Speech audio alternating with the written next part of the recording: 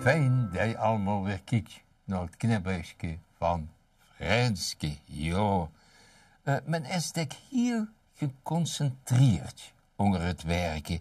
En als dan eenmaal stiegenig kalt, ja, dan gooi je met door met werken, heel geconcentreerd, geantwoord, een beetje afwezig. En dan is niet het antwoord wat je eigenlijk wilt geven. Ja, bijvoorbeeld 2 typistes. En is heel geconcentreerd aan het werk, het luistert maar half en met het antwoord wel om een ander. Ik heb er een heel kort gedichtje over gemaakt. Schaatsen of zo. Hoe is Harry? Vroeg Nel bezorgd aan zijn vriendin. Oh, die is een beul schaatsen, zegt Truus, doorin ha je zin. Het is dus vals te doen, riep Nel. Och, gun ze een beul.